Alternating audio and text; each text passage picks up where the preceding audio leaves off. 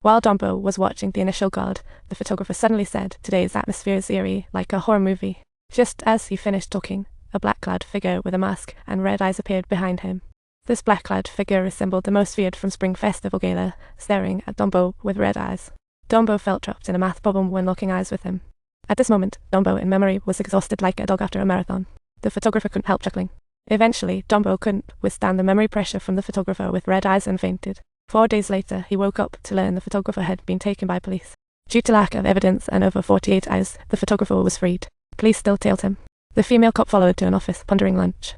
She saw the elevator stop at the 8th floor. Reporting, she changed clothes while chasing upstairs. Reaching the 8th floor, she found it was a coffee shop. But the photographer was absent, savoring coffee and pondering life. As she prepared to take the elevator down, the doors opened and he popped out like a movie suspense. The female officer froze in shock. To avoid exposure, she pretended to be calm and walked in, but nervously almost pressed the wrong floor button. Yes, when they got to the parking lot, the photographer said, "Oh, where are you?" In the company center, no cars were present. The female officer realized things were bad, thinking, "Is it time for a therapist?" She hurriedly searched her bag for her gun, preparing to defend herself. But the next second, the photographer lunged at her, and a scream echoed through the parking lot. When she forgot what happened.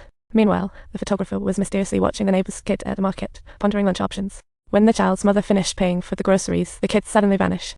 The photographer thought to himself, "Is this magic, or just he thought the child hid, so called its name, but got no response like a missing game on screen." He searched everywhere and couldn't find the child. Suddenly, it hit him. Wait a minute, what did that little brat say earlier?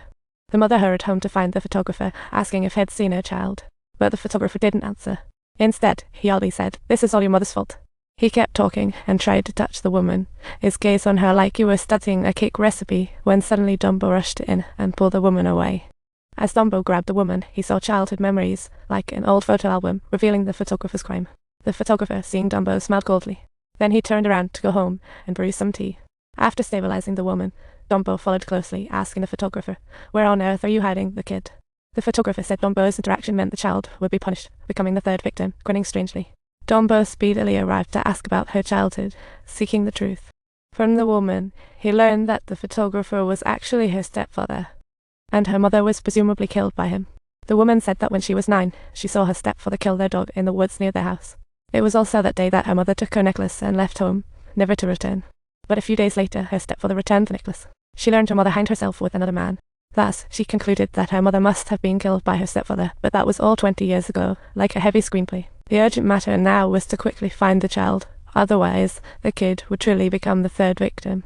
That night, the police set up tighter surveillance around the photographer's house. But the photographer inadvertently dozed off and attacked the cops watching him. Then he stole their car, went to his adopted daughter's house, and took her away. Unbeknownst to him, he was careless. He didn't notice an officer's phone in the car. Police locked onto it, finding the car speeding to the airport. So they quickly contacted nearby officers to set up a roadblock. Meanwhile, Dumbo and the chief weren't idle either. They were digging for clues. While checking the photographer's assets, they discovered he had a secret hideout, and the two went there hoping to find clues about the child. But besides a lot of tools, there was nothing else. Dumbo frowned and said, "What a wasted trip." As Dumbo complained about his futile trip, a car started at the warehouse door, as if saying, "Aim faster."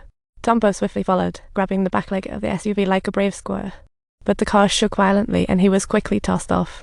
Meanwhile, the police successfully intercepted the car the photographer had stolen.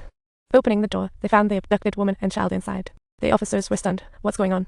Could it be that the kid wasn't the one targeted for death tonight, or was this the photographer's higher away from the mountain scheme? At that moment, the photographer had driven to the docks, unaware Dumbo had planted a tracker on his car. Dumbo and the chief arrived on motorcycles. As soon as they exited the car, the chief aimed his gun at the photographer, but Dumbo, approaching with handcuffs, was punched away.